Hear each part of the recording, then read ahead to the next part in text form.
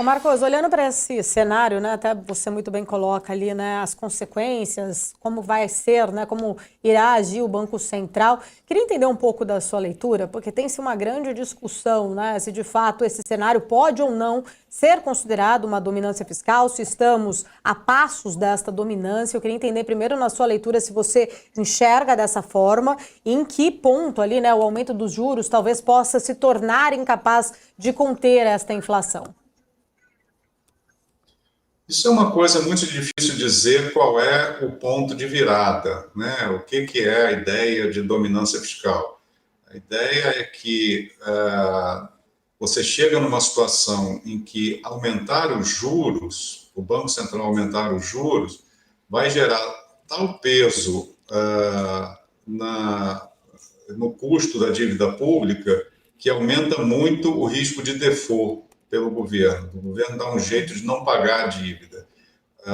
E isso desencadearia um movimento de retirada de recursos do país, portanto, de desvalorização do dólar, com um impacto inflacionário que seria superior ao poder que o aumento dos juros teria sobre a contenção da demanda agregada e, portanto, de controle da inflação. Isso é muito difícil de prever o momento em que esse tipo de coisa acontece. Eu acho que nós não estamos nesse momento ainda.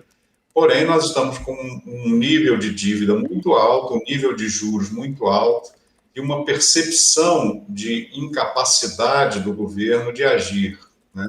Como eu descrevi anteriormente. Então, entra sim no radar a preocupação com esse tipo de problema, que seria um aprofundamento da nossa crise fiscal.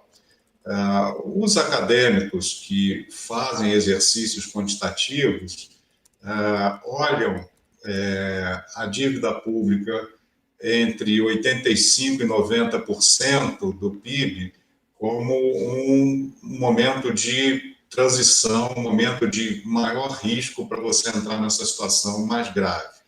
Mas tudo isso é difícil de você demarcar um valor, justamente porque tem um fator, digamos assim, de expectativas, um fator emocional, entre aspas, e que tudo depende do clima, da situação política, da percepção de capacidade de reação ou não do governo.